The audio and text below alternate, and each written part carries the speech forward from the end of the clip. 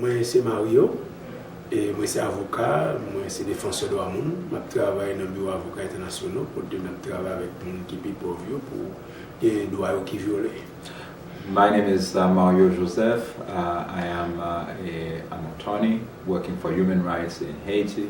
I work with the Bureau des Avocats Internationaux, the International Office of Lawyers in Haiti. Et dans le bureau, ça, nous représentons et assistons les groupes les plus vulnérables en Haïti qui n'ont pas accès à la justice. And in this office, we work to represent the most vulnerable in Haiti who do not have access to the justice system normally. Nous menons assister au tribunal en Haïti avec un tribunal à l'étranger tout et lorsqu'il est nécessaire. We assist them in the justice system in Haiti, but also in foreign countries when that is necessary. And you're here in Ottawa, the 10th anniversary of the coup in Haiti. The three countries, Canada, France, and the United States, came into Haiti 10 years ago. And I was wondering if you could tell us what they said they were doing and what they were actually doing 10 years ago. Et 10 ans, alors, si nous avons compté 10 ans de cela, soit en 29 février, je dis à nous 28, malheureusement, sont en équipe à bisectile. Et les États-Unis, le Canada, avec la France, et un pile menti et pour être capable de faire un kidnapping. Parce que nous-mêmes, en Haïti, nous faisons différence entre kidnapping avec coup d'État. So, 10 years ago, which was 29th of February 2004, Canada, the United States, and France lied to the world in order to justify a kidnapping. In Haiti, we make the distinction between kidnapping and coup d'État. Et parce que nous faisons expérience coup d'État, tout, parce que tu bien l'armée, que les États-Unis étaient quittés en Haïti, après été occupé Haïti de 1915 à 1934, l'armée ça a été sous contrôle CIA, et à chaque fois un gouvernement qui progressiste ou équipe de travail dans ce sens peuple, et puis les États-Unis ne pouvaient pas venir pour une raison quelconque, et puis ils utilisaient l'armée pour coup d'État. Ça, c'est coup d'État pour nous. So we've had experience with coup d'État in Haiti because there was an army in Haiti that was left behind after the 1915-1937 U.S. occupation of Haiti. And every time there was a progressive government in Haiti that was espousing the causes of the people and that came in conflict with the objectives of the United States, that army was used to conduct a coup d'État. So we are familiar with coup d'État in Haiti. Parce que le président Aristide a pris un coup d'État en 1991. Ça, c'était l'armée qui était dans le coup d'État. So President Aristide actually suffered a coup d'État in 1991, and it is that army that conducted the 1991 coup d'État. Mais le président s'était retourné dans le premier coup en Haïti en 1994. En 1995, il était démobilisé l'armée. Donc, l'Américain n'a pas de contrôle facile pour être capable d'utiliser l'armée encore parce qu'il n'est pas là, il est démobilisé. But when President Aristide returned to Haiti after 3 years in exile in 1994, he demobilized that army. And so the United States no longer had that tool at their disposal to remove a government that they don't like. Et bien, comme l'armée ça n'a pas existé, et les États-Unis, le Canada, la France utilisaient l'autre méthode, donc société civile, donc groupe d'université pour être capable de préparer, et pas un coup d'État, mais c'est un kidnapping, ça c'est enlevé le président Aristide. So as they did not have that army to use, that tool to conduct the coup, what the United States and Canada and France used are different types of strategies, including infiltrating the university system with student mobilization, the media, and all kinds of other tools that they manipulated inside of Haiti in order to arrive at the kidnapping. Donc, mais quand même, pour te faire ça, il faut te créer un désordre.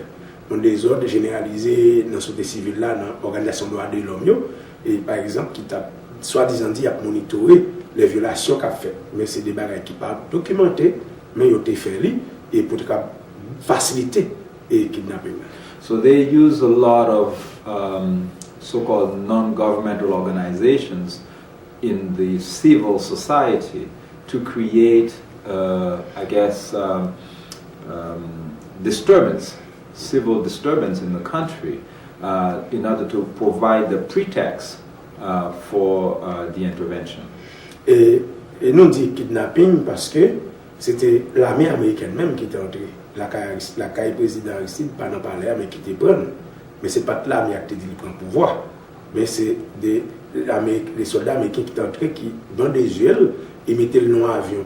Et l'armée américaine qui allait dans Centrafrique avec lui.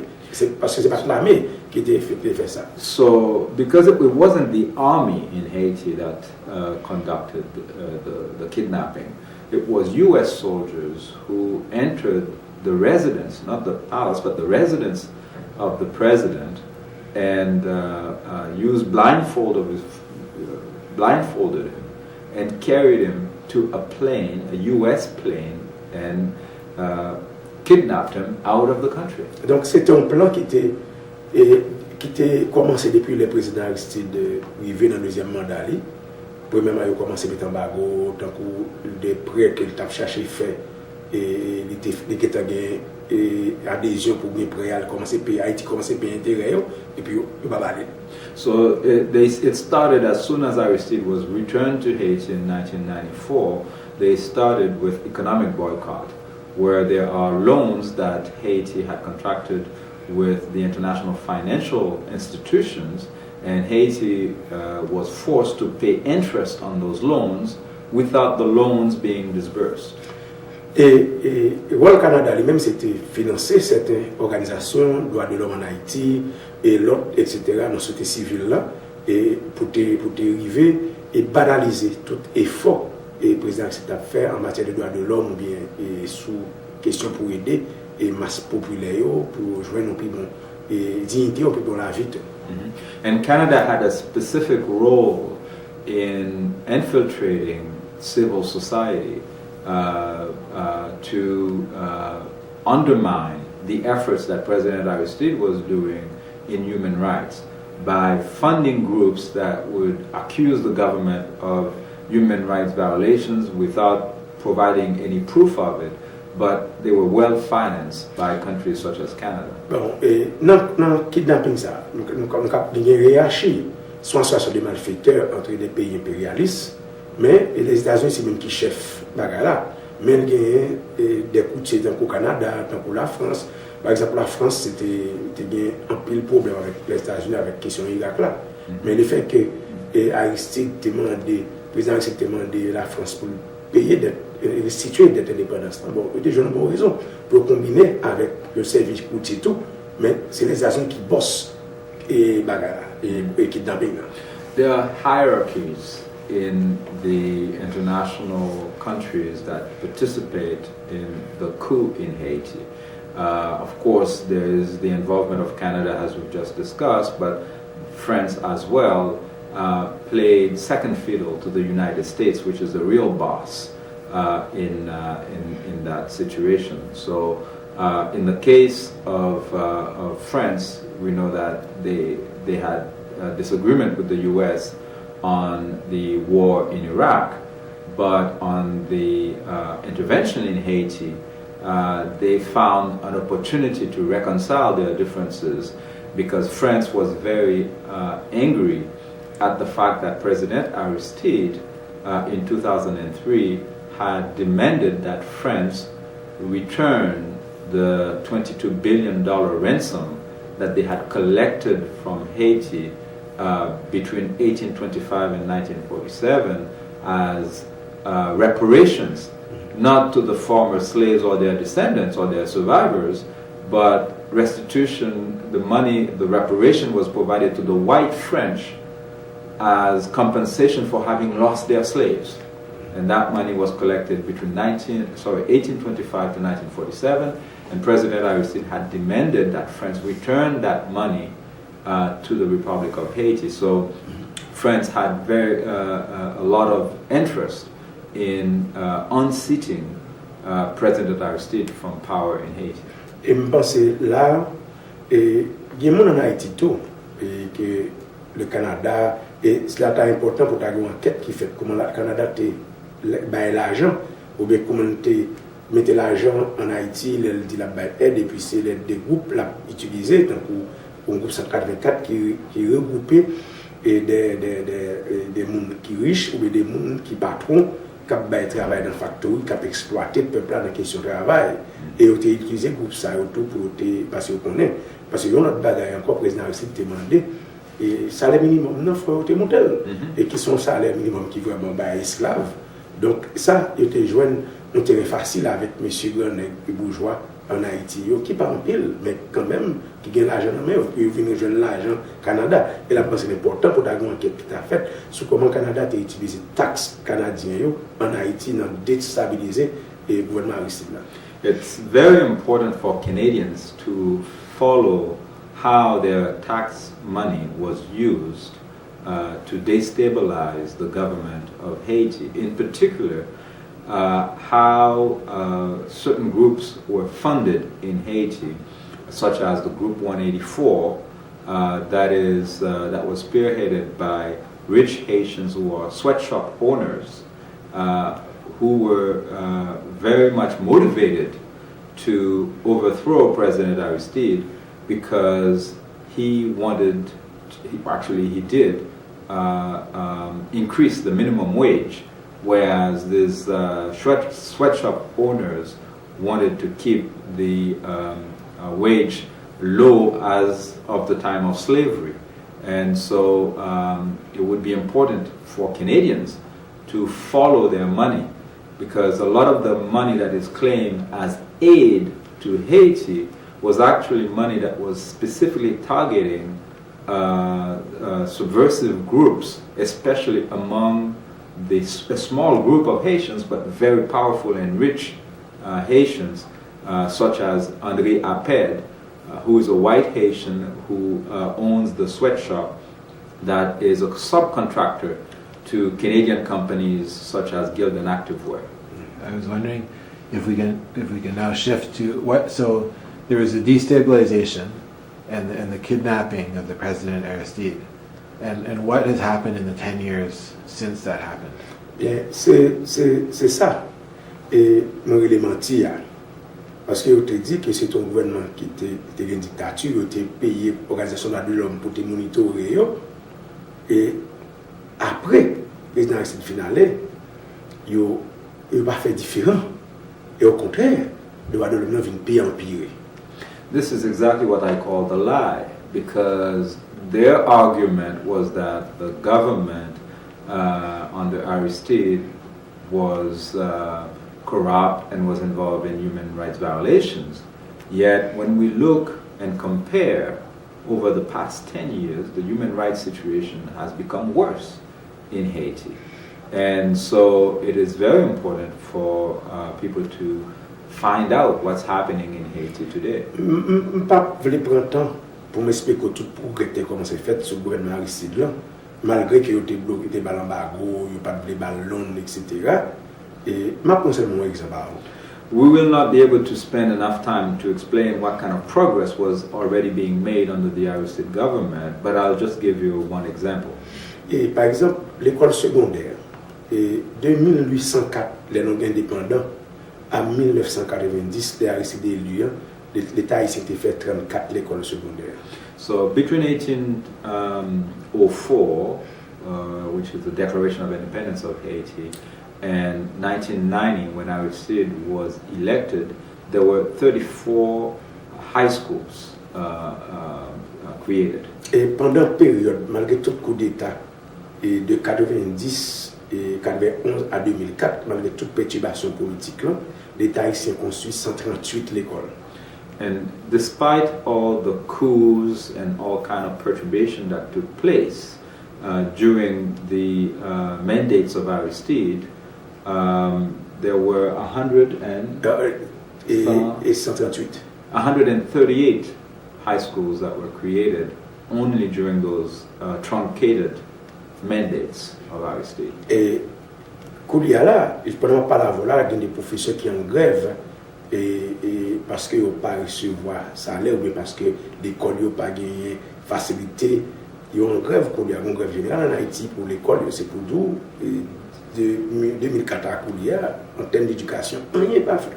So to just give an idea how the situation is in terms of basic education in Haiti right now, you have a strike of the teachers because they are not being paid their salaries and the schools do not have the facilities that they require, just to show an example that the situation has not improved in that area. Ouais. Par exemple, dans la question ouvrière, moi-même, j'ai plus que 250 ouvriers qui ont évoqué illégalement parce qu'ils ont fait manifestation pour réclamer salaire minimum. Le président Aristide était en parlé avant 2004. So if we take a quick look at the situation of the workers workers who work in assembly factories, there are over 250 clients. 250 clients that I have that were fired because they were demonstrating in order to gain the minimum wage increase that President Aristide had instituted. Et là-dedans, c'est des emplois qui sont dans la factory à pète. And many of them came from André Aped's factory, the rich Haitian I was telling you about that Canada had supported for the coup. Il y a l'autre aspect, il a mis en place un gouvernement, par exemple, on est dans le la tortue qui était passé presque 40 ans de pays qui n'a pas connu la réalité, mais c'était c'est moun qui va aider à résoudre le problème, pour la mission pour Haïti. Donc, il a mis en place sans problème. Yeah. So, in terms of just basic respect for the Haitian Constitution, you can see that this is far from the preoccupation of the occupation forces, because they'd installed as a prime minister a man who had spent 40 years living outside of the country named Gérard Latortue, who knew nothing about Haiti, but since it was their man, they just installed him as prime minister, whereas the Haitian Constitution specifically says that in order to be prime minister, because the country has a president and a prime minister, the president is elected and the prime minister is chosen, named, but ratified by the Senate, but there are requirements such as the person has to have lived 5 years consecutively in the country before they can hold the post of prime minister. Whereas Mr. Latortue was living in Boca Raton, Florida for 40 years, and the occupation forces just put him there as prime minister.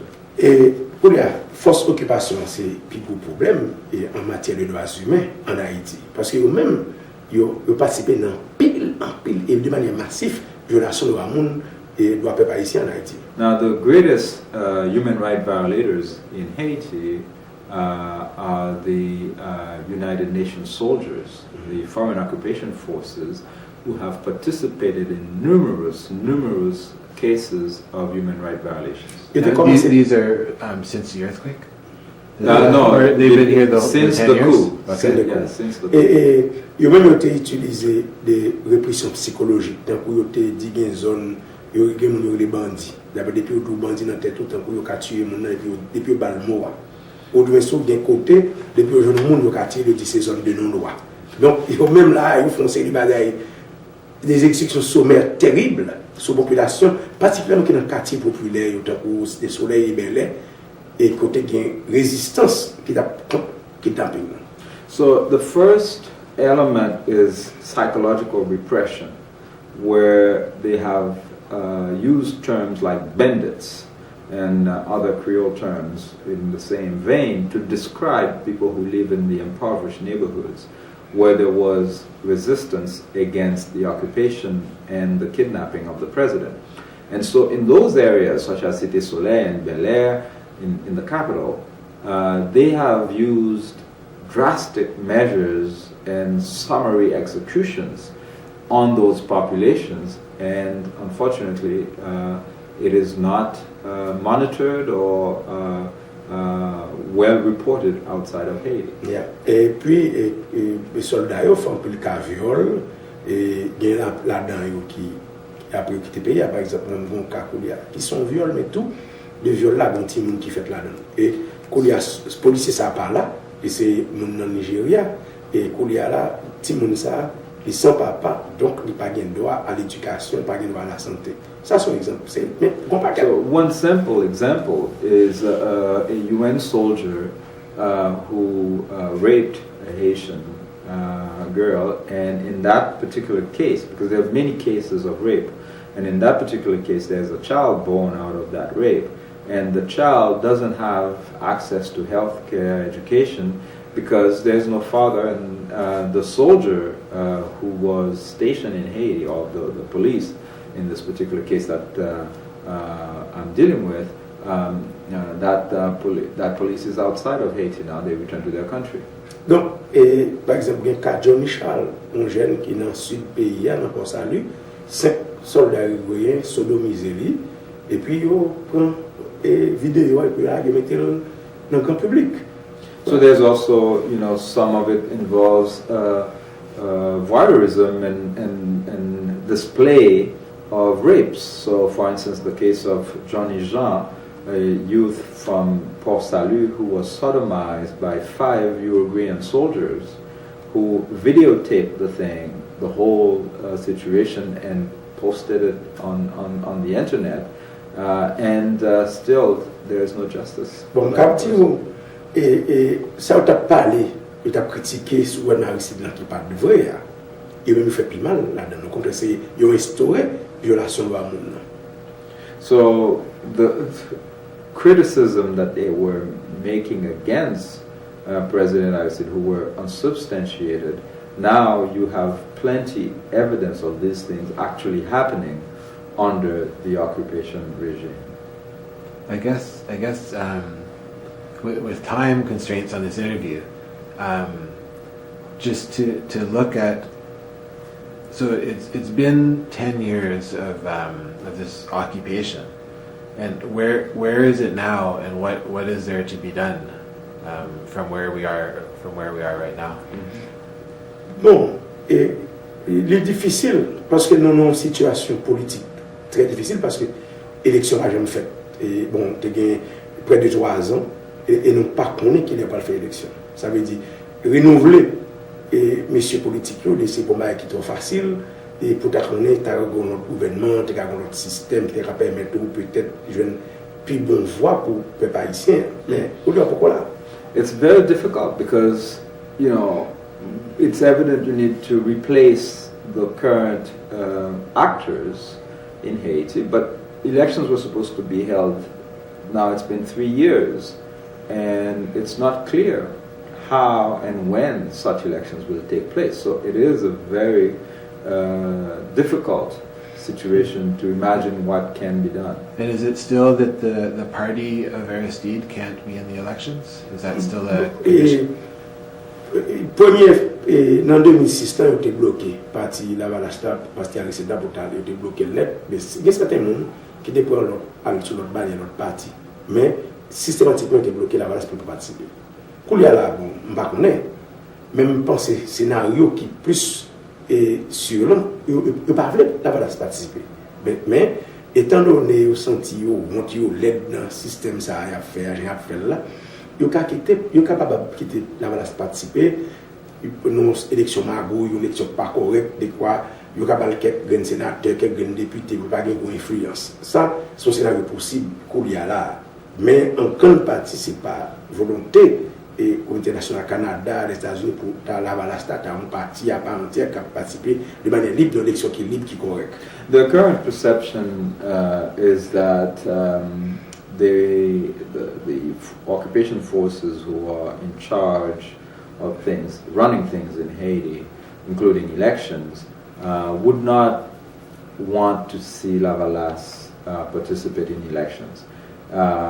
Given that in 2006 it was outright, Lavalas was not allowed to participate, but although there were other people who went from Lavalas who went under other banners and tried to get elected, my analysis right now is that if Lavalas gets to participate, it will be in a tricked election where they would allow them a few seats here and there, but it doesn't seem like there's a lot of room to maneuver to have a real participation of Lavalas in real elections in Haiti under the occupation regime. I know in your talk, you have a talk tonight, but in Montreal you gave a talk and you said that it's important for Canadians to get good information because we have been told all this disinformation from our government. And there was a website, which would be a good thing to share. Et c'est le thème sur le The four-letter one? IJDF, is that it? AJDH? Ah, yeah. Oui, ok. So what website is that? Et pour m'informer, oui. Moi, je pense que c'est un site qui a l'information sur Haïti, sur la violation du monde et sur certaines choses politiques. C'est www.ijdh.org. So the website where Canadians one of the websites Canadians can go and find a lot of good information about what's happening, especially on human rights in Haiti, is ijdh.org,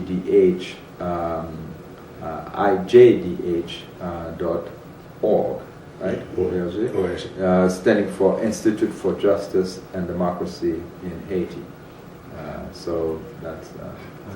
And I think the one other thing that stuck with me from your talk in Montreal, I was seeing on Twitter, was you were saying when people are coming to help, it's not really help if they're coming with an agenda, where what's needed is you to approach Haiti and say, what do you need?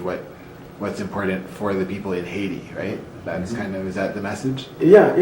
Et ça c'est un gros problème question aide là. Parce que bon, on dit Haïti son pays nègre, son pays n'a pas de monde pauvre. Ils sont au Canada, ils sont aux États-Unis, ils sont en France. Ils voulaient toujours imposer et ils ont fait liste sur ces aides. Et les ça, c'est eux-mêmes qui font. Et fort souvent, ils retournent avec moyens, autant que par exemple les États-Unis particulièrement, politique, s'ils battent encore, ils battent pour que ils achètent des machines américaines, tel américain, et l'argent tourne. Et le président Obama a fait ça. Il fait ça, malheureusement, le président a fait ça. Nous n'avons pas demandé de voir des soldats en Haïti après tremblement de terre. Il a d'accord envoyé 20 000 soldats à l'immunité pour lui. Et puis il dit la débat Haïti, et puis il mentionné comme soldats dépensés pour eux. Donc c'est ça. Yeah, so the aid situation is really perverse. And people go to Haiti and with a certain mind frame that this is a black country, this is an impoverished country, and so they think that they can just come and do anything in the country. Unfortunately, for instance, in the case of the United States, after the earthquake, President Obama decided to send 20,000 soldiers.